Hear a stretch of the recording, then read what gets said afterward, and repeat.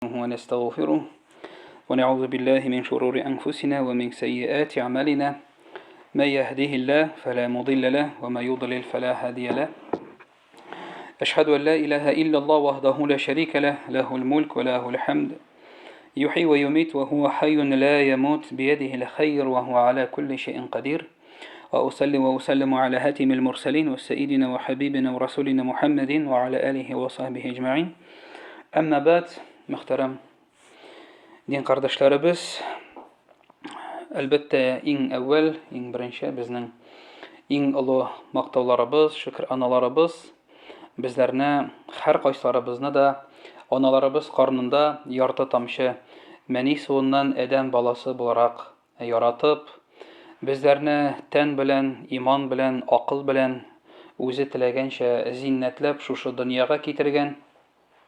Тумаган һәм тудырылмаган, һич кемгә һәм һич нәрсәгә охшаш һәм мохтаҗ булмаган, гыйбадәт кылырга лаеклы булган бердән бер зат Алла Субханаһу ва Тааля хәмд сәна мактауларыбыз һәм шөкраналарыбыз булса иде.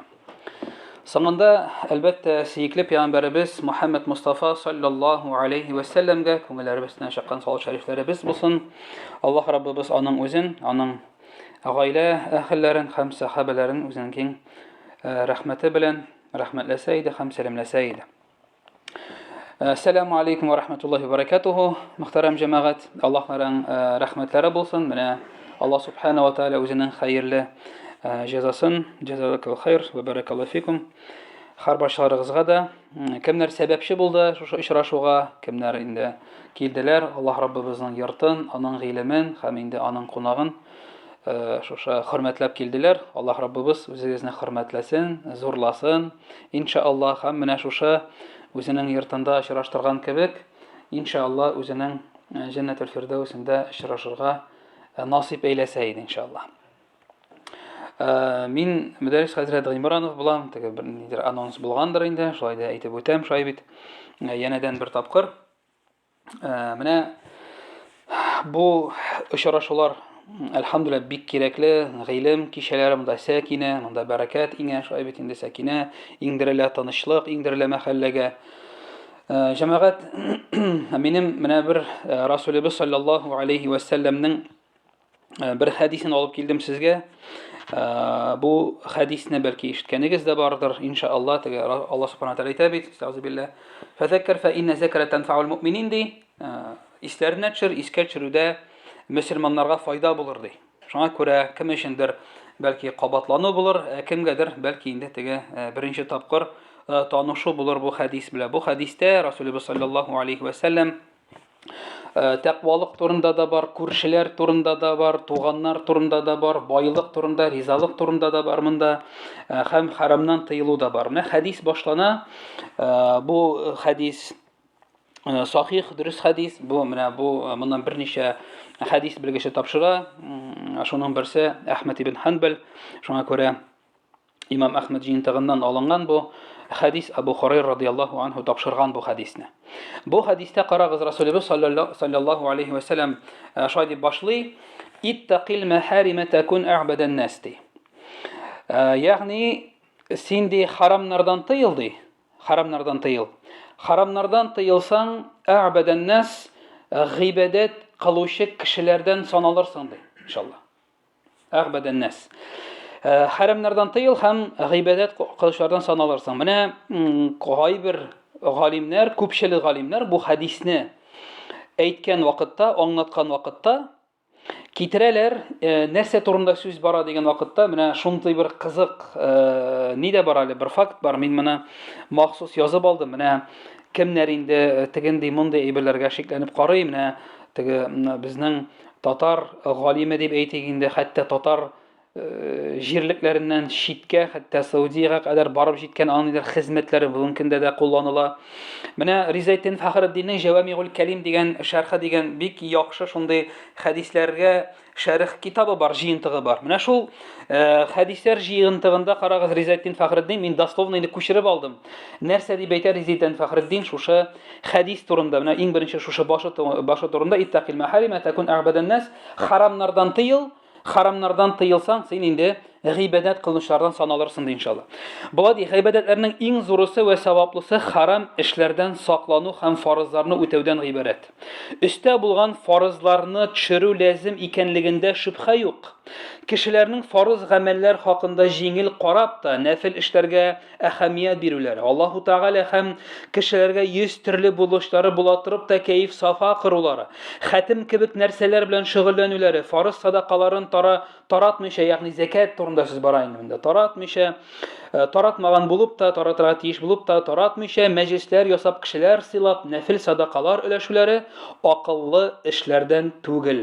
Харамнан саклану, фарызларны өстән төшерүдән дә саваплы гамәл юк ди. Менә шушы Ризаетдин Фәхретдин үзенең китабында.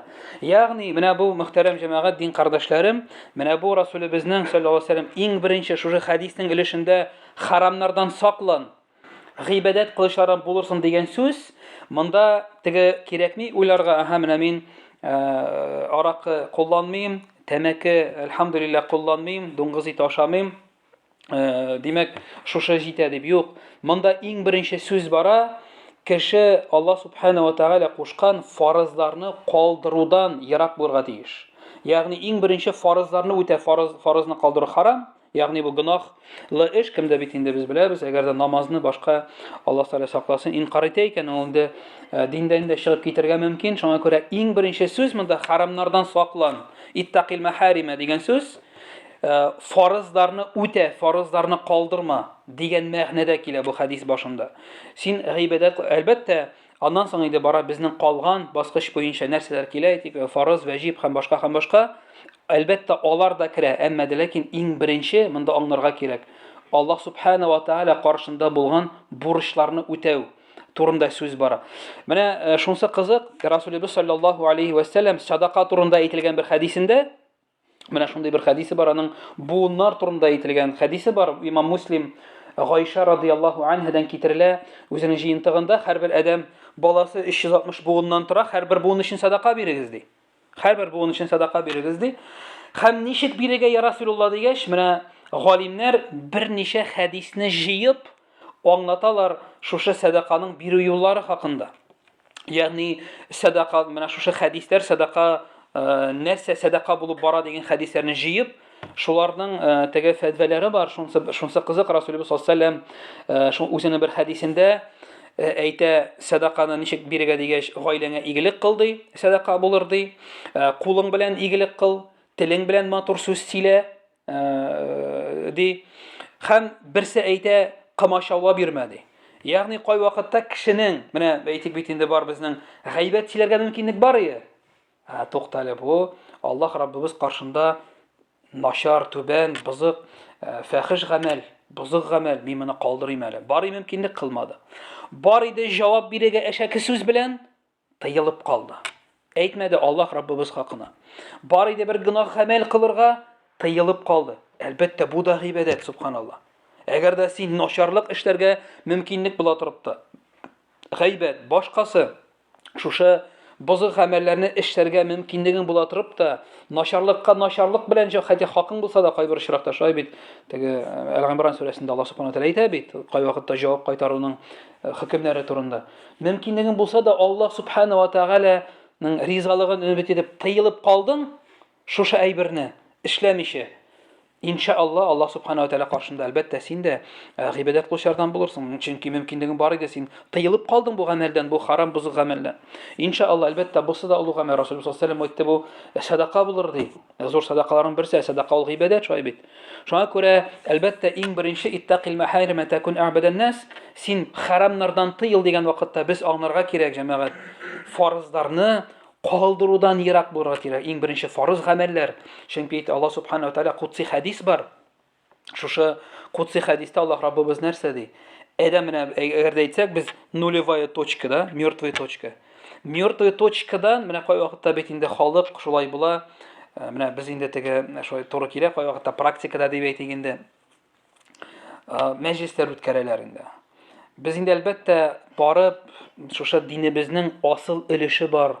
Динебез җиңел, авырайтмагыз дигән Расулуллаһ үзе дә шулай дигән бит саллаллаһу алейһи ва сәллям. Динегез җиңел, авырайтмагыз дигән.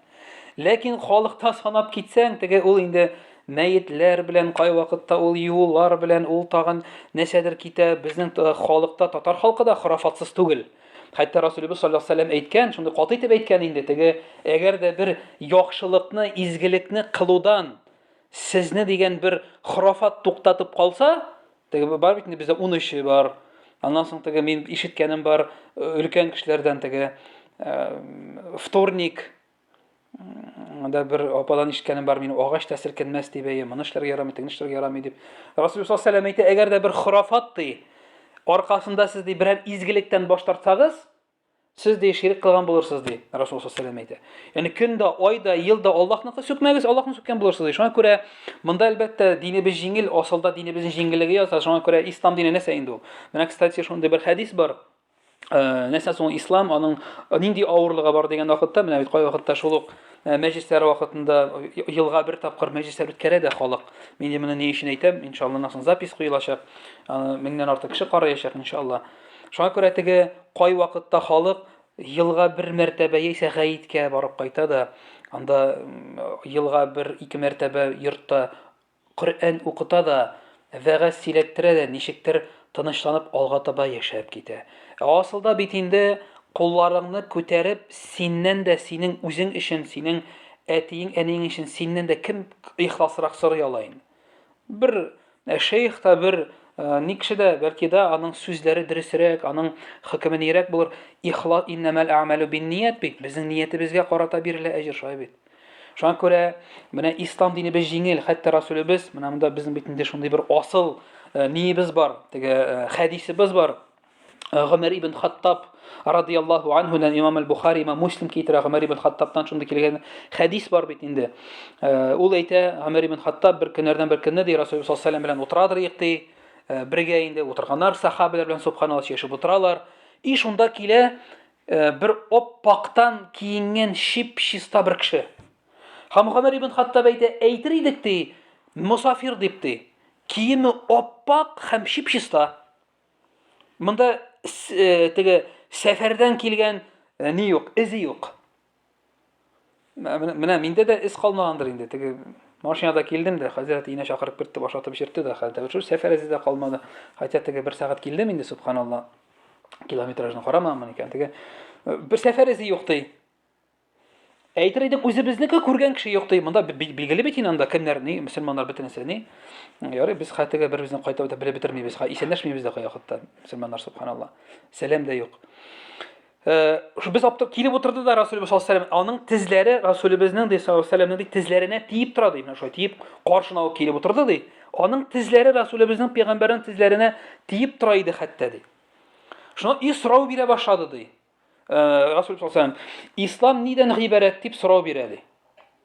Расулыбыз саллаллаһу алейһи ва сәллям әйтә, ислам ул ди Аллаһ Тәгаләгә иман, намаз, шабитне ураза, закат, хаш дөрес дип әйтә ди. Ягъни пәйгамбәргә җавап бирә, әле пәйгамбәр саллаллаһу алейһи ва сәллям җавап биргәч, дөрес дип әле ди тәкрарлый, аны дөрестлеген. Кем булыр микән бу пәйгамбәрнең дөрестлеген теге дөрес дип утыра? Ну пәйгамбәрдән дә күп белә торган, нинди булырга мөмкин?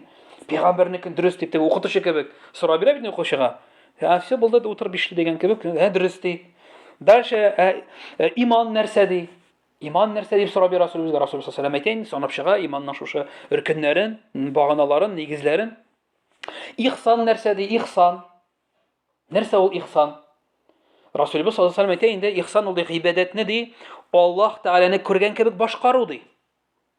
Гәрчә без аны күрмәсәк тә, ул безне күреп торган онытмау. Менә моны мин һәр вакытта, кай вакытта иман булып баскач та әйтәм, арттагыларга җәмәгать намазыгызны Аллаһ Тәгалә күргән кебек укыгыз, аны сез аны күрмәсәгез дә, ул сезне күреп тора, онытмагыз дип.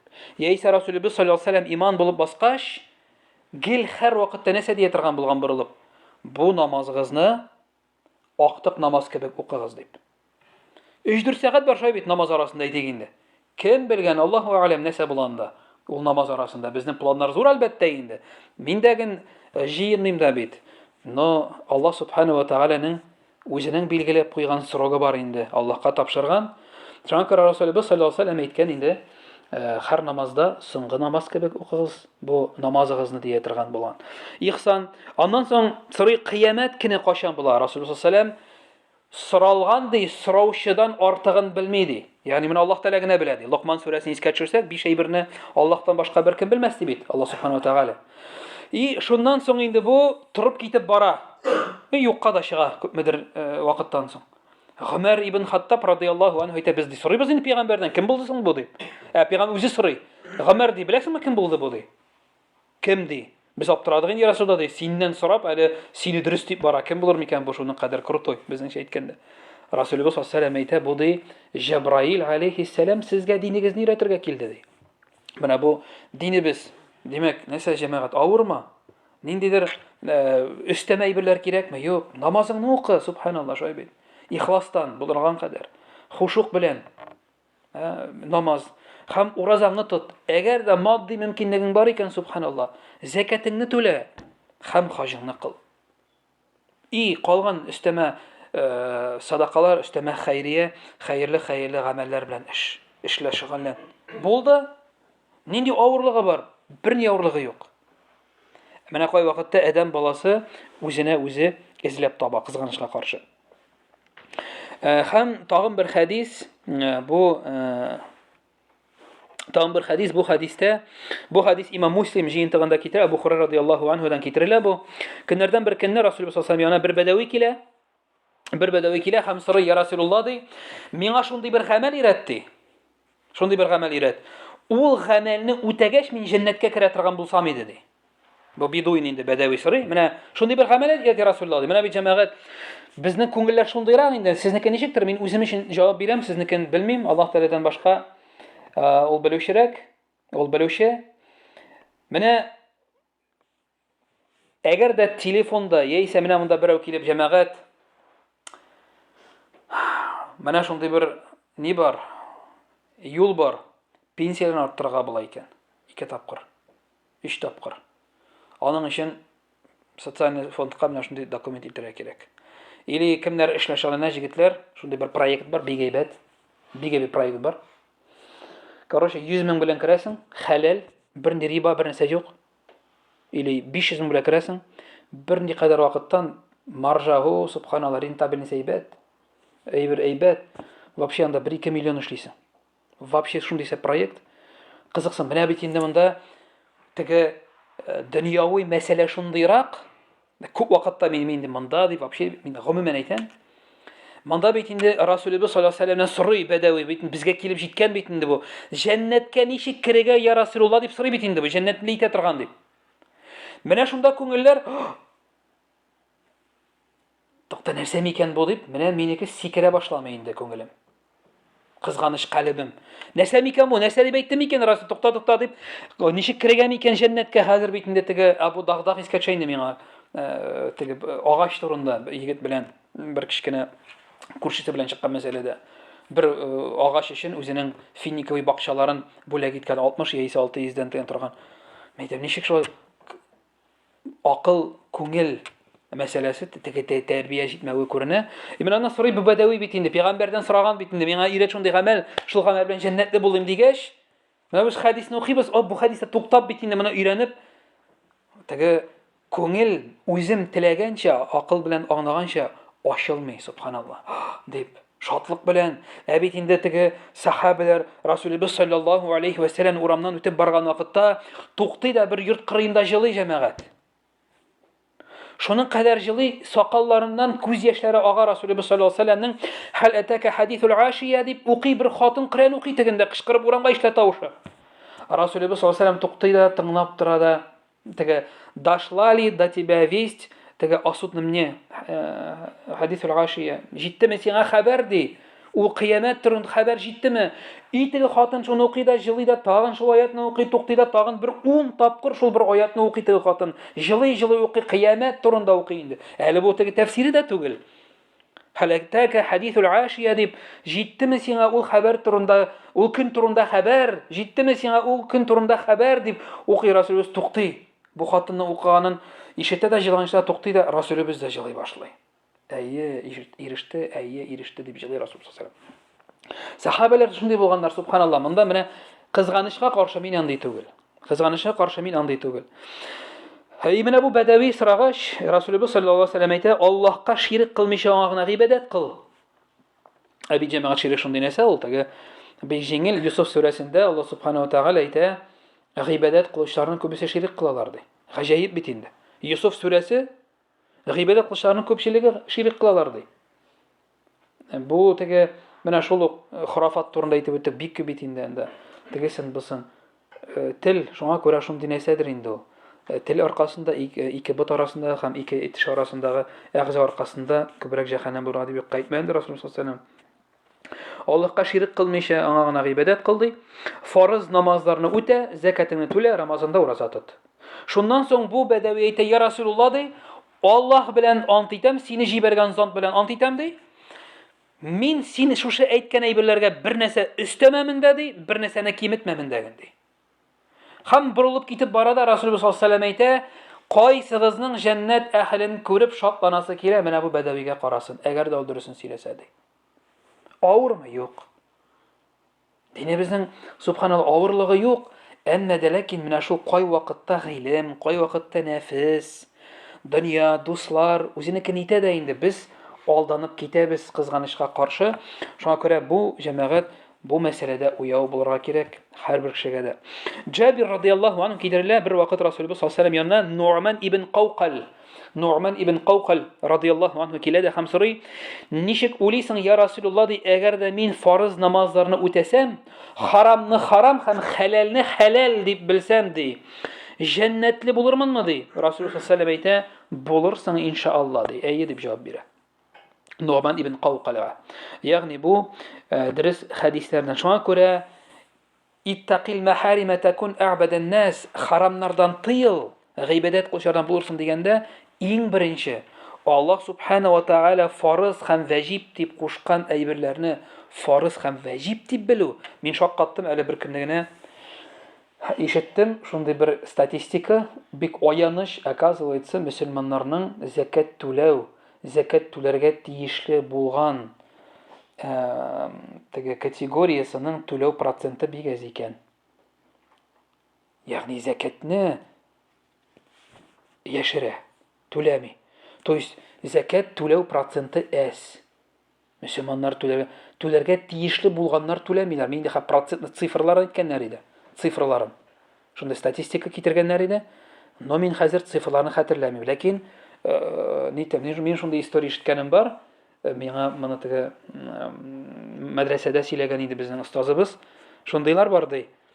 Теге менә анда бит инде әйтик, синең нисапка җитте бит инде суммаң. Да, анда 85 грамм алтын анда. Бит инде син 40-тан бер өчен 2,5% чыгарырга тиеш бит инде закат. То есть синеке түгел бит инде, гашыр шулык бит инде. Ханишиләр, син нисапка тулды бит инде, сумма, нисап суммасы синдә тулды. Син хәзер закат түләргә тиешле кирдең. Синдә 1 елдан соң, 1 ел тулгач син түлисең. Нишлиләр? Аказ шундыйлар бар икән, субханаллах. Ул теге ничек алар ничек шашларга була торгандыр инде. Булар 1 ел тула дигәндә малын икенче кешегә дә күчерә дә куя бу. Әйтеп, Аллаһ Тәгалә белән уйныйлар. Имештәсе менә мал күчереп куйды, юк бит инде. Үтә дә тагын күчерә.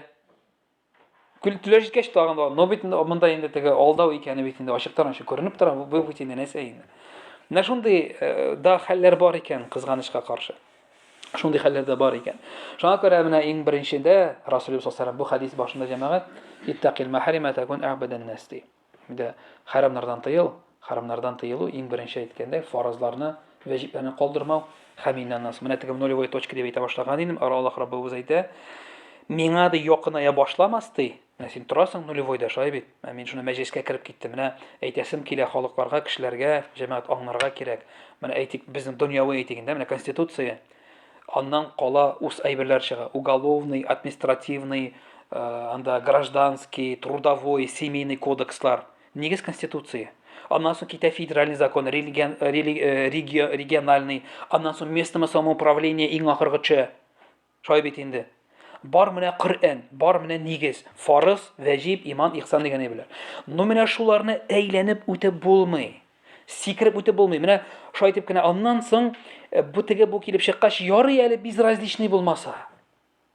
Ярый, Алла субхана ва тағала сиңа сынау биреп, туктале харап буласың бит дип, үзе турында без инде рәхәт вакытта инде искә төшми инде. Кызганычка күп вакытта шулай бит инде. Менә адәм баласы шундый инде ул. Шундый, ул инде ялгыша. Расул саллаллаху алейхи ва саллям да әйтте, һәрбер адәм баласы ялгышучан, ялгышканның да иң хәерлесе тәүбә сораганы, теге гафу сораганы дип. Расул саллаллаху үзе әйткән, һәрбер адәм баласы ялгыш, пәйгамбәрләр дә ялгышкан сүз дә юк. Әмма дә ләкин, менә Расул Аллаһ субхана әйтә, нулевой точка, фарызларны үти башламыйча ди. Якыная башламыйсың миңа ди. Бернинди нәфил дә. Нәфил гамәлләр, нәфил ниндидер эшләр фарызларны, вәҗипләрне үтәмичә, бирми ул менә шул эффектны. Аллаһ Раббыбыз әйтә, менә якыная башламас миңа бәндәм, фарызларны үти башлады, все, аннан соң китә нәфил. И хәдиснең ахыры шундый булып бетә, мин аның күрә торган күзләре булырмын, ишетә торган колаклары булырмын, тота торган куллары, йөри торган аяклары булырмын. Әгәр дә миннән ризык сораса, ризык бирермен, саклауны сораса, саклармын дошманнарыннан ди. Аллаһ Раббыбыз. То есть отправная точка Аллаһ Раббыбызның әмерләре. Тормыш төмгәк иелгән, кайда хатын, кайда ир, кайда проблема, кайда сихр, кайда бызым, кайда кайда бала тыңламый, кайда субханалла тегесе бусы. Уралган тормыш төмгәгә ништ монда барып карый, монда барып карый, тегеләйтеп карый, ашыкты карый, безне шап карый, безне шап карый. Ал да тәхәрәтеңне Аллаһ Раббың каршына баста. Сыралы, 2 рәкать тәүбә белән субханалла. Да баста менә шушы юлга китеп каралы. Кире шигенгәннәр юк бит әле, субханалла. Өстәлүчләр генә бар. Бу бит инде иң отышлы сәүдә Аллаһ белән. Булган хәл бер зур сәүдәгәрдән ничек шуңа ирештем дигәч, Аллаһ белән сәүдә иттем ди. Ничек мин бирәм, Аллаһ юлында, ул миңа кайтара. Бирәм, ул миңа кайтара. Бирәм, ул миңа кайтара. Аллаһ та, ул бит кризис бездә. Безнең кошелек кими. Сугыш бездә, кризис бездә, авырту бездә. Аллаһ каршында бит, аларның берсе дә юк. Аллаһ субхана ва тааля аятул Курсине укыйбыз бит инде, субханалла. Кул Аллаһны укыйбыз бит инде. Тумады, тудырылмады. Һеч кемгә һеч нәрсәгә охшамады. Аллаһ Раббыбыз, Аллаһ субхана ва тааля, азza ва джалл. Шуңа күрә менә отправная точка ул иман, әлбәттә, иң беренче. Итердек, да. Монда теге ихтилаф галимнәр арасында, әгәр дә иман төшенчәсендә әйтсәк тә, моны берничек тә бу акимус сала ва атуз зака. Аллаһ субхана ва тааля намаз белән закат һәр вакытта пардан йөриләр. Без аңа иншалла әйләнеп кайтырбыз кайбер. Менә икенче дальше дәвам итә хәдис. Без әйбер. Варда бима qasama Аллаһу лак такун а'на an-нас. Варда бима qasama Аллаһу лак такун а'на an-нас. Расул саллаллаху алейхи әйтә, дальше дәвам итә хәдис. Аллаһ Тәгалә үзеңә биргән нәрсәләрдән риза бул, бай кешеләрдән булырсың ди. Аллаһ биргән әйберләргә риза бул, бай кешеләрдән булырсың ди. Менә теге шушай бер нәсиләгәч, Рамил хәзрәтнең бер сөйләгән бер әйбер искә төшә, килгән иде бер гаилә ди. Иреде, менә монда теге кызык бит, без бит ату баш миңдә шундый нәрсә, нәфис шундый нәрсә. Аллаһ Раббыбыз хәтта әйткән инде, Аль-Имран сүрәсендә әйтә бит. أزين للناس حب الشهوات من النساء والبنين والقناطر المقنطرة من الذهب والفضة дип санап китә. Разукрашна в сердцах людей дип бизәлгән кешеләр дөньясында байлык та бар. Кантары золото и серебра дип әйтә Аллаһ Тәгалә. Но кай вакытта менә язмышка, тәкъдиргә алданып түгел, акланып шуның белән гамәл кылмыйлар кайберәүләр. Менә монда варда, риза, ради, да, варда бима qasama Аллаһу лак такун а'на an-нас. Аллаһ Тәгалә биргәнгә риза бул, бай булырсың. Монда риза бул дигән сүз теге кулыңны күтәреп берәс эшләмичә көтеп утырган, юк, риза бул дигән сүз җәмәгать ул бит Расулыбыз саллаллаху алейхи ва саллям нишәде. Субханаллаһ, сәүдәгәр булды шулай бит. Хәдишә радиллаһу анха җибәрде, сәүдә әйләнеп кайтты. Сахабалар арасында карагыз, Абу Бакр, Усман ибн Аффан һәм башкалар да нинди булганнар? Байлар, субханалла, булганнар, миллиардерлар булганнар бит аларны санасаң. Аларның теге тоткан малларын, ниләрен санасаң, ниләр булганнар? Усман, шулай Абдурахман ибн Усман ибн Аффан радиллаһу, Абу Бакр һәм башкалар булганнар, байлар булганнар. Менә риза бул, Теге шул Рамил хәзрәт әйтәдер, бер гаилә килгән хатыны зарлана ди, ирем эшләми дип тиен. Нишләп эшләмисең дип әйтәм ди, гаиләне тәэмин итмисең, әманәт камыр. Мин дә ди, менә ди, мин дә бер хәдистә, мин бер хәдискә таяндым хәзрәт дип әйтә ди. Нинди хәдискә таяндым? Менә Аллаһ Субханаһу тәгалә әйтә бит, Аллаһка тәвәккәл кылсагыз, мин сезне кошлар кебек ашатырмын дип әйтә ди. Менә ди, бу теге кулын кесәсенә тыгып, шулай тәвәккәл кылып йөри инде. Менә язмыш, значит, насыйп булган булса булыр дип, насыйп булмаса юк дип инде, бер нәрсә эшләмичә. Беренче без тәкъдирне белмибез. Һәм ул спорный вопрос, аны кермәскә Расулыбыз ачуланды. Сезгә кадәр яшәгәннәрне шул хәлгә китте ди, шуның турында бәхәсләшү дип. Ну, алайса менә мин әйткән идем шулай дип. Нишәп яшә светофорны көтәсең соң? Исән калсам калам, калмасам юк дип машинасына кермисең бит. Тәкъдир дип тормыйсың. Шулай бит инде. Или башка әйберләр хитрый. Тәкъдир дип кермисең бит машинасына, тәкъдир исән сиңа насыйп инде, миңа насыйп түгел дип хитрый аны. Син беләсеңме соң дип әйттем ди, ул кошларның нишәтеп эшләгәннәрен чыгып киткәч. Җәй көне сука артыннан тузанга бата-бата алар шуалсан шуклыйлар. Аллаһ Тәгалә насыйп иткән ризыкны алып кайта, ул бер кош баласы да ачтан утырмый. Һәрберсе үзенең гаиләсен тукландыра. Дип әйтте, ул кошларның син трактор артында тузаннан инде башка шәһәргә, башка урман кырларда, болыннарда Аллаһ Субханаһу ва Тәгалә насыйп иткән ризык. Бөтен ул Ар-Раззак Аллаһ Субханаһу ва Тәгалә бит. Һәрбер җаниясе, һәрбер бөҗәк, хайван ризыгы белән. Менә океандагы теге 9 тонналык китта 200 тонна планктон ашый икән бер тәүлеккә. 200 тонна. Берсе бит ул аның. Алар күпме, субханаллах. Бөтен бөҗәкләр, бөтен хайваннарга Аллаһ Субханаһу ва Тәгалә үзенең рәхмәт Ар-Раззак исеме белән ризыкны биргән әлбәттә, ләкин biz аны нәрсә Аллаһ Субханаһу ва Тәгалә бит инде безгә әйтте, Назигат сүрәсендә мәшәкать дөньясы диде. Җомга сүрәсендә әйтә, намазыгызны укыдыгызмы, мин сезгә насыйп кылган ризыкны бар, таралыгыз эшләрегезгә ди. Намазыгызда эшеңә кит бар ди.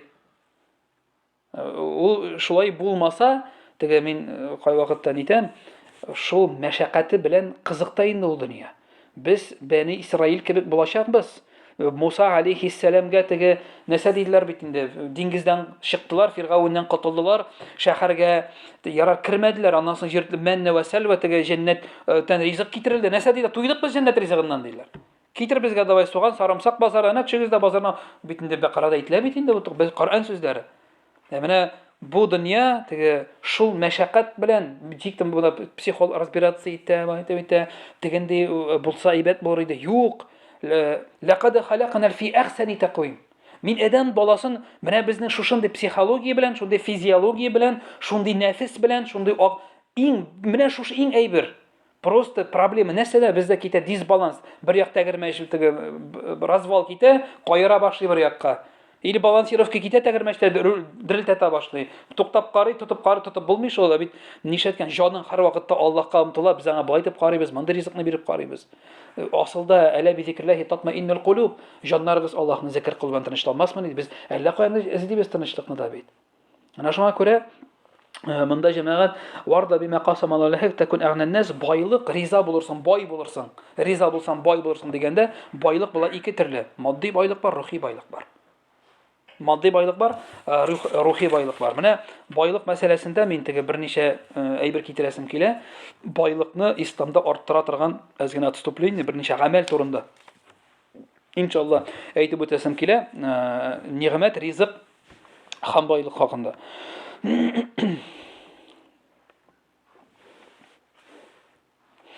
Димәк, менә ислам дине байлык турында нәрсә дип әйтәсең? Ислам динендә байлыкны арттыра торган кабинетте теге современныйлар бит инде, лайфхак дип, киңәшләр дип, насихат, менә юллары бармы ислам динендә? Өйдәге тынычлыкны арттыра торган, баланың тәүфигын иншалла, бәрәкәт бирә торган, сәкинә, нигъмәтне арттыра торган теге, КПД-сын дип әйтик инде, монда теге бәрәкәтен дип әйтергә кирәк монда. Чөнки Аллаһ без беләбез, теге дөрес чыганаклардан әни карнында вакытта безнең ризык язылды, гомер язылды безнең. Расулыбыз бит шул вакытта саллаллаһу алейһи ва саллям хадисендә сахихта әйтә, туганнар белән арагызны өзмәгез, туганнар белән араны өзү, сахих Муслим. Шулай бит тормышның, гомернең анда хәтта әйтелсә дә теге бу мәсьәләдә озын айтылыр дип, теге гомере һәм ризыгы киңәйтелер. Шул вакытта сорыйлар, ничек соң инде әгәр дә ризык билгеле икән, ничек ул киңәя? Бәрәкәт. Менә кемдер 300 меңнән таба алмый файда, кемдер 30 мең белән аның Аллаһ Тәгалә бәрәкәтен, файдасын бирә. Ул бит нәрсә дигән сүз бәрәкәт? кергән белән түгел, син можешь миллион эшләргә, 100,000. Шул эшләгән акчаны хәерле юлда куллана алуың үзең теләгәнчә менә бу бәрәкәт. Бәрәкәт кирү белән исәпләнми. Бәрәкәт чыгу белән исәпләнә. Кайда тоттың, ничек тоттың, тота алдыңмы син аны юкмы? Үзең теләгән юлда. Менә бу була бәрәкәт. Син анда эшләргә мөмкинсең. Ничек кая китте ул? Судкамы, адвокаткамы, жестянщиккамы, больницкамы? Кайда? Или хәерле юлгамы, гаиләгәме, укугамы? Кайда китте? Әйтәйем, күренми инде дип. Эшли бу да, хатын да эшли, мин дә эшлим. Пенсияда алам. Телдә һаман нәрсә? Бу бик күп, мин бер нәрсә чыгармыйм. Бу бик күп. Халда һаман җитми. Телдә һаман зарлану. Җитми инде, менә шулай инде җитми инде. Бәрәкәте юк, субханалла. Бит Аллаһ субхана тәала нәрсә диде? Әй адәм баласы, кутси хадис бар. Менә тагын бер теге насихат шулай бит, аерым инде. Нәрсә ди Аллаһ субхана тәала? Бу бит җәмәгать, менә бу бит инде ниндидер лекторның, бу бит Аллаһ Раббыбызның сүзе. Шушы менә ничек дип әйтим инде теге тыңлаучыларга инде менә исламда булмаган, диндә булмаганнарга менә күз ана китер инде, менә завод директоры бар, сиңа әйттеләр, менә шулай дип. Ну менә кил син давай, менә 8дә урынына 10да кил. 1 сәгать урынына 2 сәгать эшлә, 5тә урынына 3тә кайтып кит. Ну нәрсә диләр сиңа инде? Идаган әле миңа зарплата бирерләр дип өметлән. Моны бөтен шаңный. Булай була алмаганын. Это ясно. Бөтен шуяҗак. Шул ук вакытта Аллаһ субхана ва тааля әйтә: "Эй адәм баласы, үзеңне миңа гыйбадәт кылуга багышла. Мин синең йөрәгеңне байлык белән тутырырмын һәм эшләреңне тәртипкә китерермен." Валлаһи газим җәмәгать бу шулай. Әлхәмдүлилләh, бу менә минем шәхсән кардәшләрнең тормышында бу нитлегән әйбер.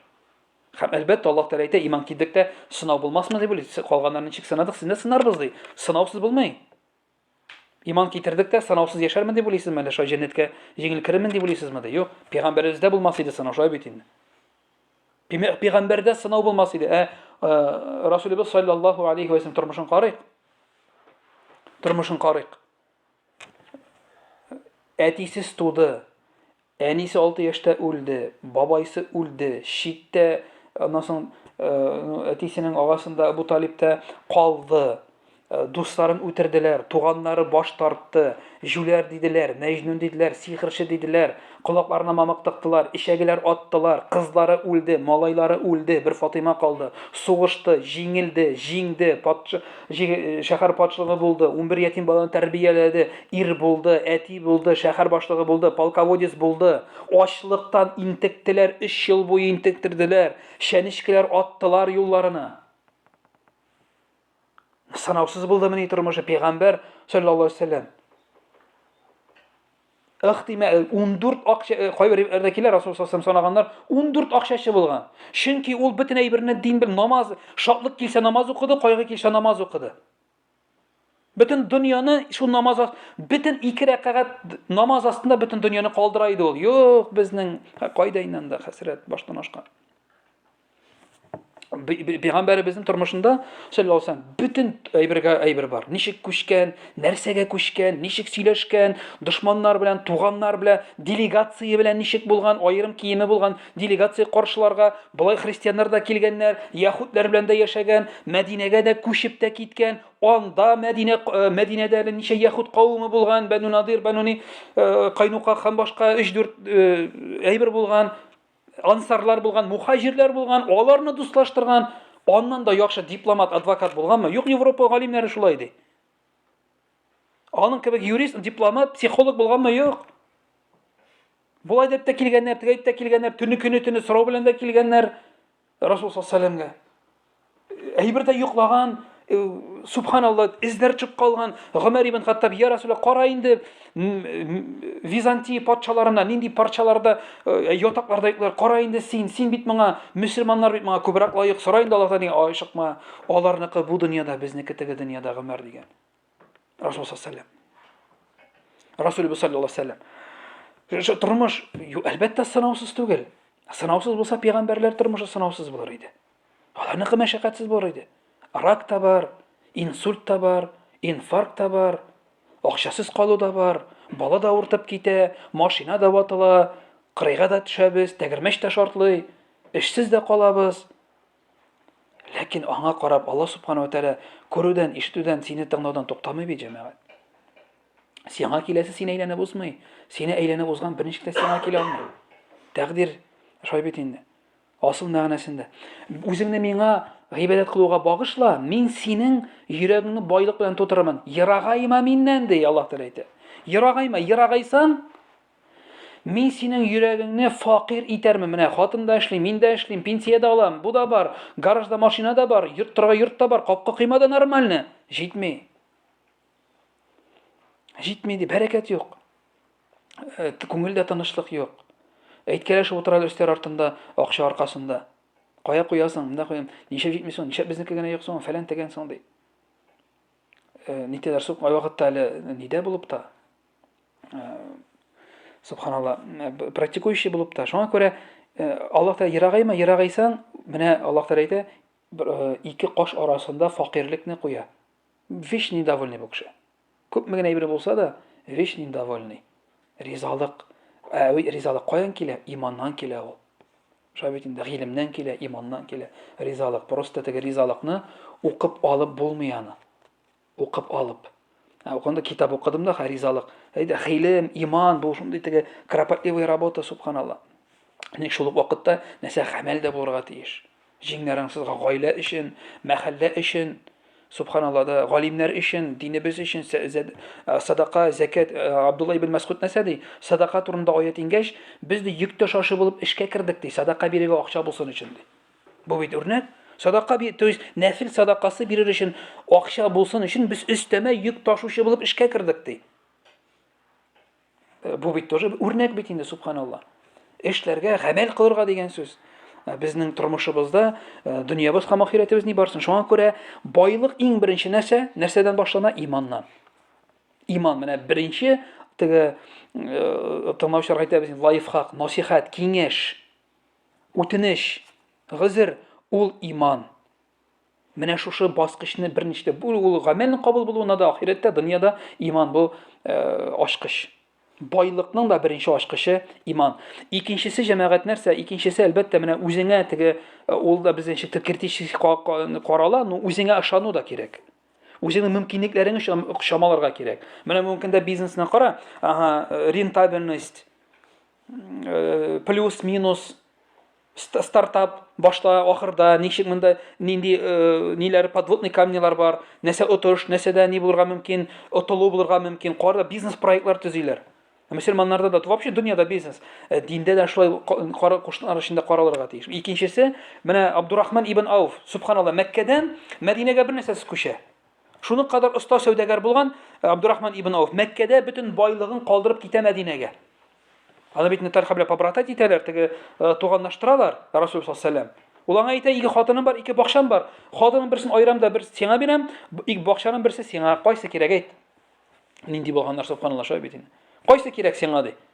Миңа базарны гына күрсәтсен ди. Ышанганмы үзенә, ышанган, ләкин аның ышану нәрсәгә нигезләнгән? Аллаһ Раббыбызның рәхмәтенә, тәкъдир. Юсуф алейхиссалам төрмәдән чыккач нәрсә ди патшага? Мине министр азык-төлек итеп куй. Ышанганмы үзенә? Ышанган, ләкин аның ышануы нәрсәгә нигезләнгән? Мөселман кешесе дә субхана үзенә ышанган булырга тиеш. Кайгыта теге ничектер башын иеп бит нәрсәгә риза булып Расулыбыз саллаллаһу алейхи ва саллям сезнең иң яхшыгыз теге самый наилучший из вас те, который требует свое право по праву. Үзенең хакын хаклык белән сораучыларыгыз иң яхшыларыгыз ди. Тиеш икән субханалла, әйт, сора. Синдә алдынгы булырга тиеш бу мәсьәләдә. Нишәп юк? Мөселманнар субханалла, шулай бит инде. Сезнең иң яхшыгыз үзегезнең хакларын хаклык белән сораучыгыз ди. Расулыбыз саллаллаһу алейхи ва саллям әйткән бит. Шуңа күрә икенче дә үзеңә ышан, куркып ятма. Аллаһ субхана ва тааля нәрсә?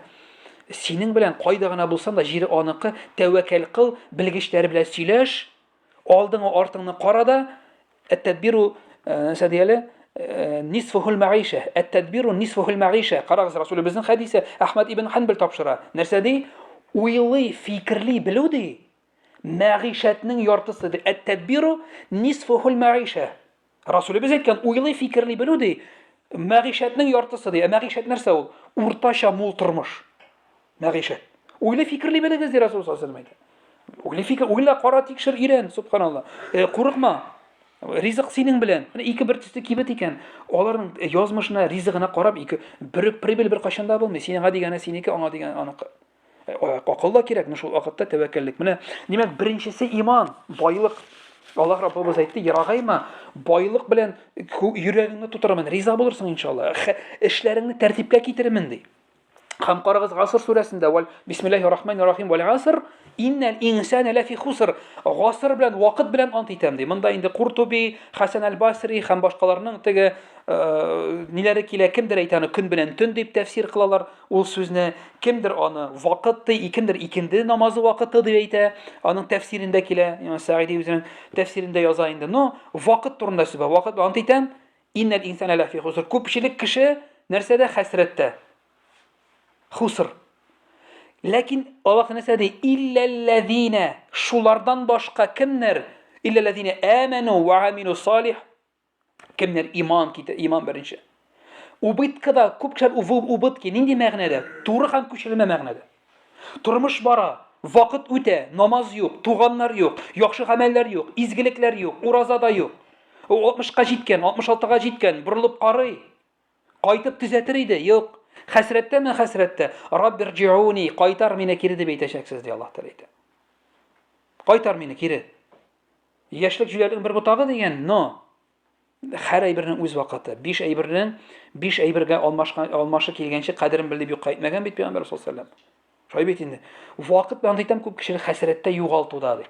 Ләкин кемнәрдән кала? Иман китергәннәрдән кала. Ва амилу салихати ва тавасу бил хакки ва тавасу бис сабр. Кемнәр иман китерләр, хәерле гамәл кылдылар, һәм заповедь дурдыру, бер-берсенә ирәттеләр, өндәделәр, насихат кылдылар, хаклыкка, сабырлыкка. Шулай бит инде. Шуңа күрә икенчесе ул беренче иман турында пока монда сүз бара. Иман. Шулай карагыз, монда Таха сүрәсе, Таха сүрәсендә юк, башта Әл-Ан'ам сүрәсендә Аллаһ Раббыбыз әйтә, estağzu billah, "Валау анна ахлал кура аману ва тaqaw".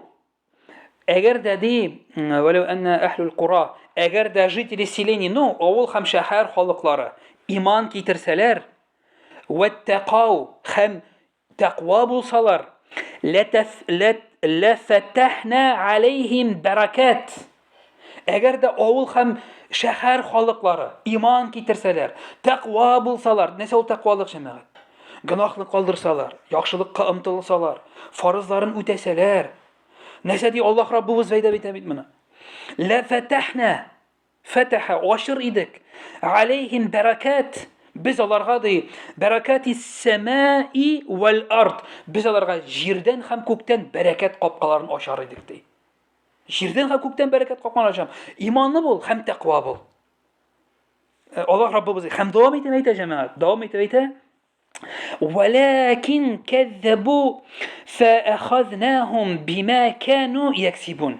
Ләкин алар ялганга тоттылар шул ди. Эй, иман, намаз, галимнәр, имамнар, хәзрәтләр, Коръән. Юк инде, вакыт юк. Тегесе юк, бусы юк ди. Һәм ләкин алтынәсә ди, алар ди ялганга тоттылар. Һәм без аларны шуның өчен җәзаладык. Җәзаладык. Менә иман китерсәләр һәм тaqва булсалар. Бер әле һаман иман турында, байлыкның иман китер иң беренче. Бәрәкәтен Аллаһ Тәгалә күктән һәм җирдән нәрсә бәрәкәт капкаларын ача иншалла. Хәл тәмамлыйм. 5-6 минут. Һәм Таха сүрә, менә бусы иман турында булды. Һәм тагын бер ризыкны арттыра торган әйбер ул намаз.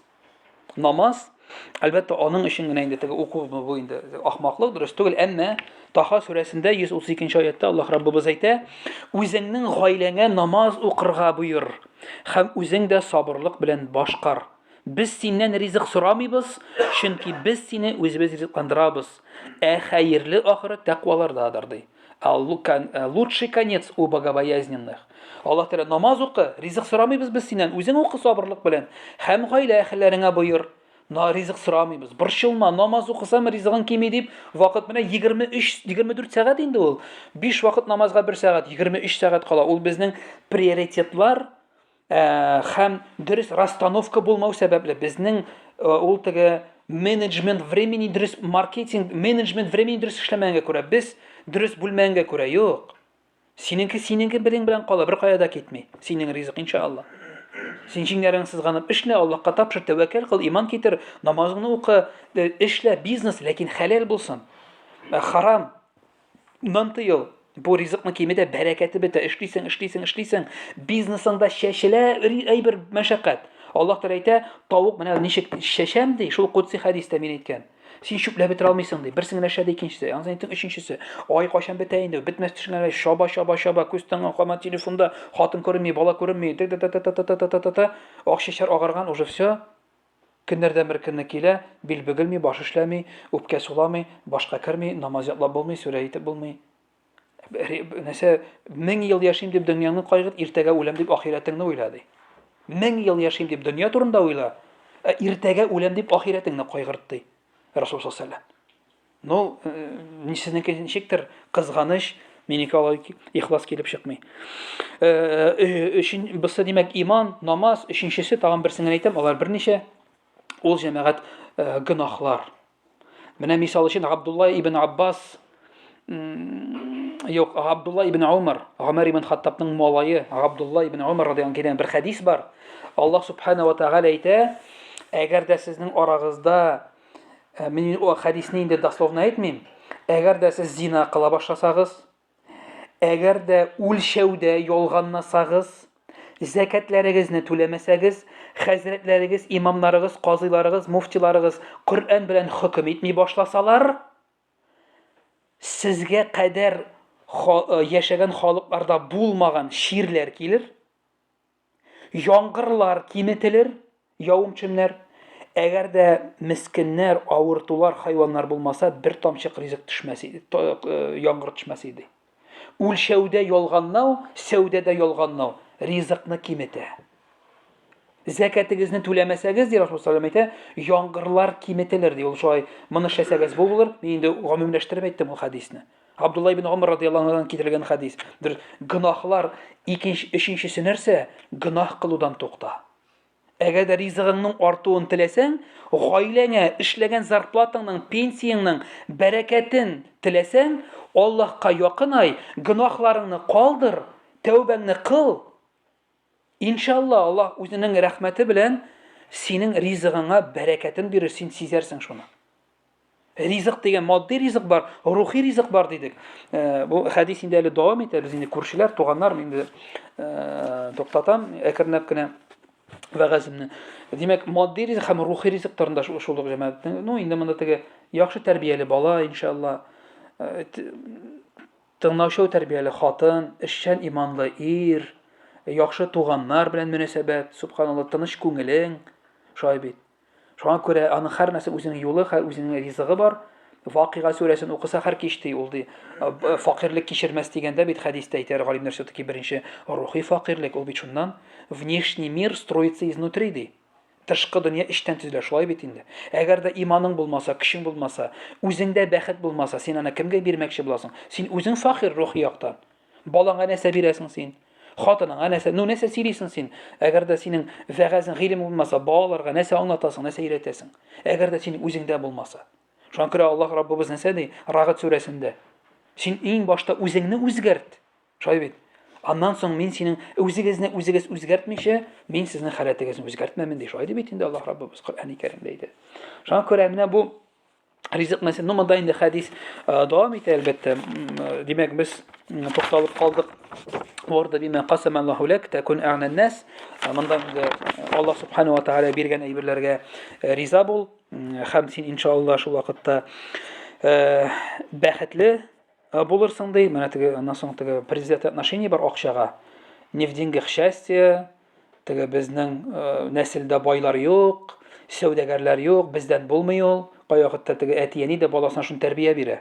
Маташма, сикермә әллә кая, безнеке түгел ул. Бездә юк андый кешеләр.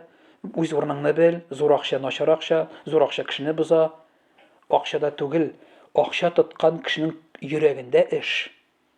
Миллион белән ночной клубка барырга була. мәчеткә бирергә була, туганнарга бирергә була, галимнәргә бирергә, мәдрәсәгә бирергә була. Ул акчада түгел эш, кемнең кулында ул акча? Шунда эш. Шуңа күрә кайвакытта шундый теге әйбер тәрбия бирәләр. Теге шундый ниләр, ничек дип әйтергә, теге установкалар бирә ди, менә шулай дип. Ләкин бу дин күзлегеннән дә дөрес түгел. Аллаһ Раббыбызга карата, ризыкка карата бу юк, бу дөрес гыйлем түгел, балага карата да, оныгыңа карата да. Әле кеше шундый аклана башлаганнан соң, менә сиңа насыйп булган инде намаз укырга, миңа насыйп түгел. Менә сиңа насыйп булган инде ризык эшләргә, зур акчалар эшләргә, миңа насыйп түгел. Син каян беләсең насыйп булмаганын? Әйткәнчә, син бит машина астына сикермисең, Аллага тапшырдың, тәкъдир булса исән калам, көтеп торасың бит, үтеп киткәнен сәбәбен кыласың бит, субханалла. Шулай бит инде. Дөрес үләсең булса, арттан килеп бәрәчәк. Менә әни больниста яткан вакытта, Алла сакласын, операциядә РКБ больницасында яткан вакытта палатада бер кешеләр яттылар, бер районнан, Татарстаннан инде. Бер кеше, бер машинада 3 кеше барганнар. Капот ачылып китеп, кырыйга чыгып туктый, капотны ябырга дип. Шофер әтиләре инде. Әтисе бу гаилә башлыгы, хатыны, кызлары, оныклары. 4 кеше.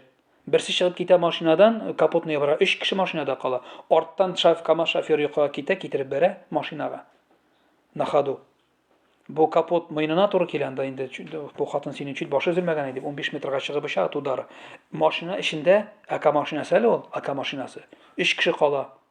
Карагыз, берсенең бер бармагы сынган. Берсенә бер нәрсә юк. Берсе әллә ничә җирдән кабырга сынган, умыртка баган сынган, 3 җирдән үпкә тишелгән. Мин әнине теге саклаган хәл интервью алганда, менә ди 6 ай инде ятабыз ди. Әле әтисенең үлгәнен белми иде. 2 кешегә бер нәрсә юк. Берсе Мисарыккадан чыккан шикелле. Бер машинада. Алла субхана ва тааля насыйп итсә, теге әйтә, Эдәм баласы эзлә мине һәм табарсың мине ди. Без бит эзлисебез килми. Без бит эзлибез авырлык килгән вакытта. Туктале, мәчеткә барып, садака биреп, дуга кылдырып карыйм әле. Операциягә керәсе бар. Әллә рискә төшә авыр вакытта. Җиңелгәч тагын онтыла. Аллаһ Тәгалә әйтә, икенче тапкыр кермәмен дип уйлыйсызмы ди? Юнус сүрәсендә. Шуңа күрә, Эдәм баласы эзлә мине һәм табарсың мине ди. Һәм әйтә, әгәрдән мин синең белән булсам, кем сиңа каршы чыга? Әгәр дә мин сиңа каршы чыксам, кем сиңа ярдәм итә ди? Без ишетәбез буларны. Аңнан битермибезме шунда? Ышанып битермибезме шунда? Без җәннәт белән җәһәннәм, җәннәтне сорыйбыз, җәһәннәмнән куркып дога кылабыз.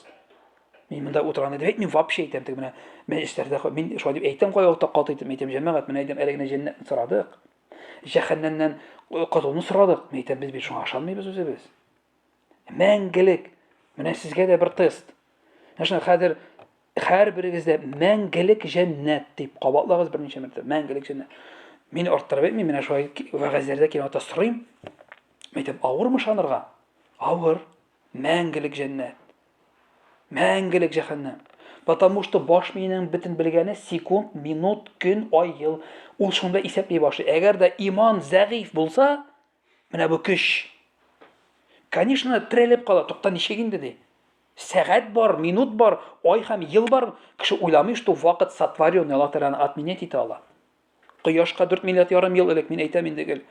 Кайда ясың кем белән кояш булганчага кадәр? Кайда? Минут белән секунд кайда иде? Шуңа күрә Аллаһ Тәгалә пилотный проект итеп яратты бу дөньяны. Вакытлыча әйтеп, вакыты беткәч бетерәчәк. Аны ник аптырарга инде? Бу дөнья өчен кирәкле берәмлек ул. Аннан соң бетте, үлгәннән соң. Юк, бетән кирәк түгел. Скафандрны салып атабыз. Җаныбыз чыга тәннән. Бу китә әйбергә җиргә, без китәбез барзакка, барзак киртә дип тәрҗемә ителә бит инде. Шуңа күрә җәмәгать гыйлем бик кирәкле, иманның ныгытучы иң зур чараларның иң беренчесе булып тора. Иqra бисми раббикаллази халака дип, инде укы дип, инде безнең Коръәнебезнең беренче аятлары да Галак сүрәсенең. Укырга, тырышырга, безгә дә, сезгә дә, әлхәмдүлилlah, Аллаһның рәхмәте киң. Бу дөнья сынаусыз түгел, бу дөнья җәннәт тә юк, бу дөньяда җәһәннәм дә юк. Бер кешенең тормышы сынаусыз бармый, бер кешенең тормышы җиңел генә бармый, ак та бар, кара да бар, авырту да бар, җиңеллек тә бар. Аллаһ Тәгалә биткәнче авырлык та бирми, биткәнче җиңеллек тә бирми, бөтен кеше беренче этап аркылы үтә. Әгәр дә инде без гөнаһларыбыз булып та авырлык кирәк икән, сөенергә кирәк. Гөнаһларыбыз булып та, без битараф булып та сынаулар килми икән, куркырга кирәк. Это естественно, ул менә даже монда бу теге уйларга да кирәк түгел монда. Әгәр дә бала тәртипсезләнеп йөри икән, җүнне әтияне ниши борчыла бит инде, улым, тукта әле, кызым, акылга тотын әле, укы әле дип. Бу бит ни гадәти. Әгәр дә нормаль укытучы күрә икән бер укучының артта калып барганын, менә утырып кала, әйдә өстәмә бирем биреп карыйм әле, эшле булса да булмасмы, күчмәссең микән ди. Әгәр дә битараф икән, Аллаһ Тәгаләгә битараф булмасаң, Аллаһ Тәгалә үзе шулай ди, кутси хәдистә. Авырлык өчен җәза бирәм ди. Әгәр дә җәһәннәм әһле икән инде ди. Имам Әл-Куртуби Әт-Тәзкира дигән китабында китерә бу кутси хәдисне. Әгәр дә җәһәннәм әһле икән ди, то есть гөнаһ кыла бер нәрсә юк. Гөнаһка баткан шуңган, типтереп яши дип карап тора инде халык. Сәламәтлек биремен ди. Байлык биремен ди. Әле ди, әҗәтем калса ди, җиңел үлем дә биремен, китеп кенә барсын ди. Ләкин кыямәттә бер нәрсә коткармас сине минем газабымнан ди. Биремен ди Аллаһ Тәгалә, мана сәламәтлек, байлык биремен ди. Хәерлесен теләсәң бер бәндәмә, гөнаһ кылса ди, сәламәтлеге аркылы, баласы аркылы, туганнары аркылы, малы аркылы сынау биремен ди. Аллаһ Тәгалә Раббыбыз әйтә. Шуңа күрә Аллаһ Раббыбыз һәрберебезне ярата җәмәгать. Риясыз, ихлас, әл-вәдүд, Аллаһ Тәгалә искренне любящий. Бер хатында, бер әни дә үз баласын, бер хатын үз ирен, бер ир үз хатынын Аллаһ яраткан кебек яратмый. Безнең барыбызны нәрсә өчен яраталар? Акча эшләгән өчен, матур булган өчен, тагын нәрсә, нинди сыйфатлар өчен яраталар? Бер Аллаһ кына 100 мәртәбә генә кылсаң да, 100-ндә дә тәүбәне кабул итә. 100-ндә дә сине көтә, 100-ндә дә сине ярата. Бер кеше аның кадәр гафу итә алмый, бер кеше аның кадәр ярата алмый Аллаһ кебек. Аллаһ кына һәр вакытта сине көтә, һәр вакытта сине ярата, һәр вакытта сине гафу итә, гафу итәргә ярата сине. Көнләшә, көтә сине, җәннәтле итәргә тели. Шуңа күрә Аллаһ Раббыбыз безнең белән кайда гына булсак та күрә, ишетә, хәлебезне белә, догалы булыйк, кулыбыздан килгән кадәр изгелекләр кылыйк, үзебез үрнәк булыйк, иншалла, ихлас булыйк гамәлебездә. Бер-беребезне төзәтик, рәхмәтле булыйк галимнәребезгә, динебезне тотырга рөхсәт иткән әле бака нормаль, әлхәмдүлилләh барда төбәкләребездә хәзрәтләргә, мәчеткә йөрүчеләргә, шуны тәэмин итүчеләргә бу зур нигъмәт, бу янган ут, шушы кәламнәр, бу запистар, сезнең килеп утыруыгыз бик зур эш бу. Без моны кыямәт көндә генә бака аңламыйбыз без моны, күпме генә әйтсәк тә. Илем турында бу иң зур нигъмәт, шушында килеп утыралу, бу иң зур нигъмәт. Шуны саклыйк, кадерен белик. Аллаһ Раббыбыз иншалла үзенең киң рәхмәте белән шушында чашкан кебек җәннәттәндә дә үзенең ишрашага насыйп беләсен. Инде хәдисне генә әйтеп бетерәм. Димәк, харамнардан тыел, гыйбат кылучылардан булырсың, Аллаһ Тәгалә биргәнгә риза бул, бай булырсың, күршең белән күркәм мөнәсәбәт ит, мөмин булырсың, үзеңә теләгәнне башкаларга да телә, мөселман булырсың ди. Күп көлергә гадәтләнмә, күп көлү калбне үтерә ди Расулыбыз саллаллаһу алейхи ва саллям бу хәдисендә. Шуның белән инде мин төгәллим. Бик зур рәхмәт сезгә. Исәнлек, саулык, сәламәтлек белән матур, тигез, тыныч тормышлар итәргә насыйп итсен. Авырлык күргән булсагыз, соңгылары булсын. Аллаһ Раббыбыз түзә алмаслык сынаулар, чыга алмаслык сынаулар бирмәсен. Иншалла шушы мәчеттә, шушы мәхәлләдә очрашкан кебек, үзенең киң рәхмәте белән иншалла иманлы үлемнәр белән бу дөньядан китеп, иншалла фарызларыбызны, бурычларыбызны үтәп, әҗәтсез китеп бу дөньядан, бурычсыз вазифаларыбызны, эшләребезне эшләп, Аллаһ каршына иман белән кайтып, динем ислам, Раббым Аллаһ, пәйгамбәрем Мухаммад саллаллаһу алейхи ва саллям җавап биреп, каберләребез иншалла киңәеп, җәннәт бакчасының бер бакчасы булып, шушында очрашкан кебек, хәтерлисеңме, субханаллаһ, шунда очрашкан битеп җәннәт истәлләр артында да иншалла җәннәттә дә очрашып күрешергә Аллаһ Раббыбыз шин насыйп итсә дә һәрбезгә дә. Субханакаллаһумма ва бихамдик ва ашһаду ан ла илаха илля ант ва астагфирука ва атубу илейк. Вассаламу алейкум ва рахматуллаһи ва баракатуһ.